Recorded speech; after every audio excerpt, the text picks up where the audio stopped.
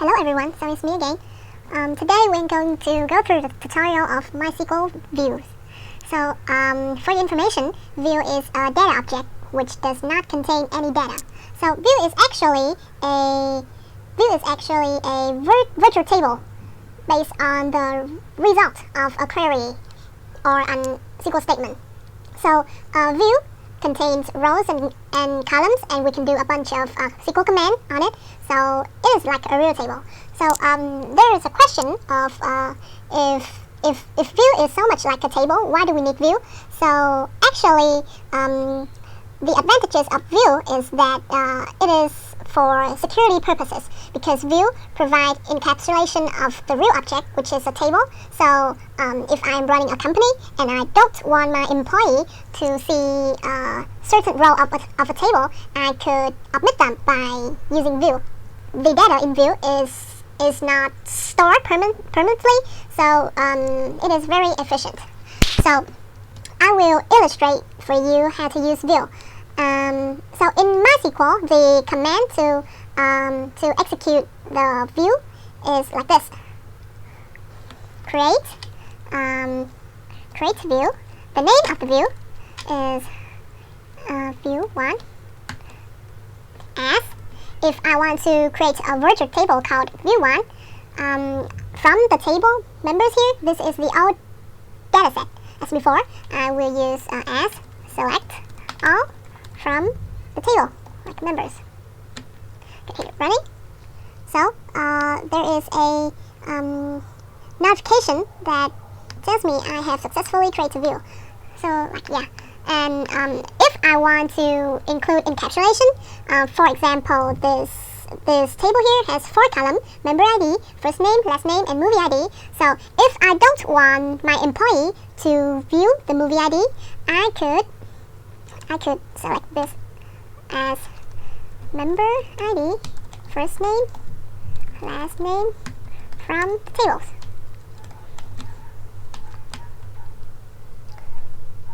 Oh, from members. I need to change the name. Yeah, so the view 2 has been created. If you want to view or to use a bunch of SQL commands on a view, you could directly execute the SQL command on the view itself. So select all from the view I have created. Initially is view1. View1. They suggested for me here. DB suggested it. I just hit running. And so yeah, the result of the command select on the view1 has been created. So if I select all from view 2, there is only 3 columns: member ID, first name, and last name, because I have excluded the column movie ID when I created view 2.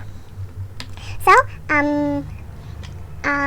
just like a normal SQL command, I could select the member ID and rename. So just as a normal SQL command would work, when creating view, I could create a view with change column names, like create view, view 3 as, select member ID as ID, first name as first name, last name as last name from the table. Hit it running, successfully created, and I will select all the values from the view 3. From view 3. Yes, so the column name has been changed. And if you don't want to select all, you can insert a bunch of SQL command here, whatever you want, like select ID, just ID. So the SQL command on the view would only affect the virtual table itself. Hi everyone. So next is store procedure. So store procedure, or called procedure in short, is a callable set of contiguous commands that is stored in a database. So store procedure actually has a name, has parameters, and has SQL statements in it. So it looks just like a function in regular programming. So the purpose of store procedure, just like a function, is that it tackles the repetitive query. So if you need to repeatedly check or loop over multiple statements in a database, so you could replace it with store procedure, and it works just like a model function. So it is very portable and it can work in multiple platforms of SQL. So before we get into store procedure right away, I want to talk about delimiter. So delimiter is a character used to complete a SQL statement. So by default, it is the semicolon. So if I want to execute the command, select all from members and use the delimiter semicolon, it will execute. So actually, I think this won't matter much in dbeaver because it is kind of a database management studio, so it kind of takes care of the delimiter for us. But this delimiter is very important when you execute command in the command line. So by default, it is the semicolon. But when using store procedure, multiple SQL statements can be executed. So if we use semicolon only, it can get really confusing. So people actually change the delimiter from semicolon to something else, to some character that rarely appears to prevent this confusion. So if I want to change, I will use the command delimiter.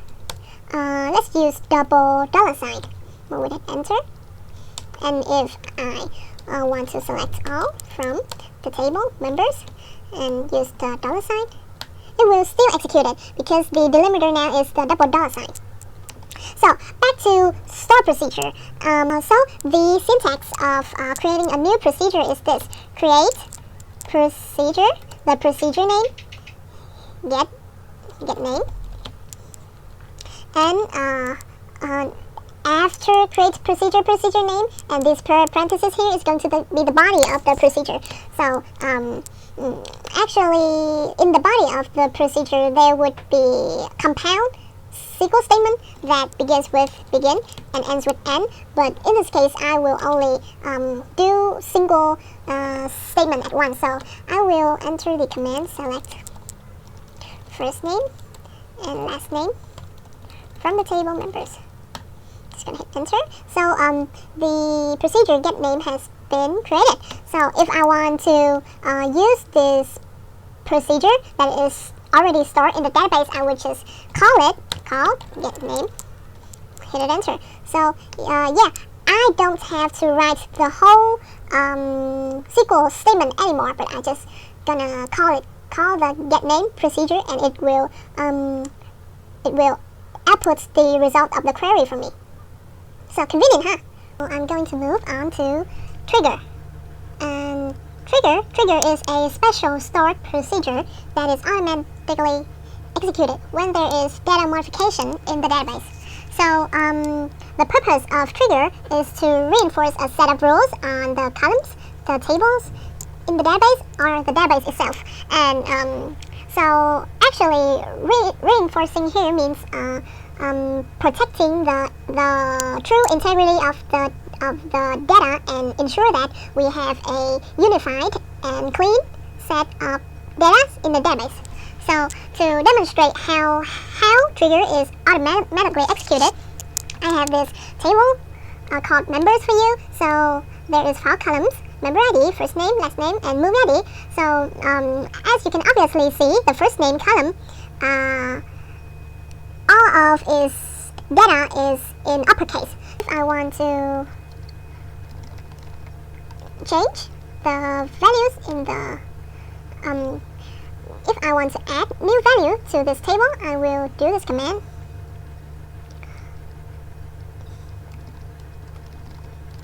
Insert into the table the values of 6, the last name,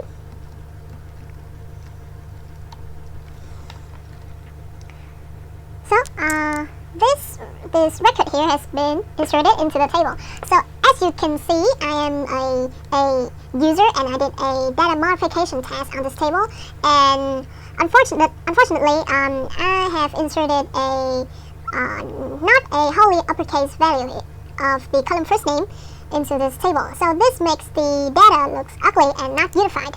So in order to prevent this, we use trigger. To demonstrate how trigger automatically refine the value newly entered, I will illustrate by this command: create trigger, trigger name, fixed name, and after the trigger name is going to be the trigger time. So if I want to fix the value before I insert, the trigger time going to be before, or if I want to fix the value after I've inserted, the trigger time is going to be after. So in this case, I was use before, and after the trigger time is going to be the trigger event. So the trigger event includes all the command that modifies the data. That includes insert, update, and delete. So in this case, it's going to be insert. On the table, so for each row, that means it will alter every newly inputted values. This is the beginning of the trigger command, and after the beginning is the trigger body. You could use it.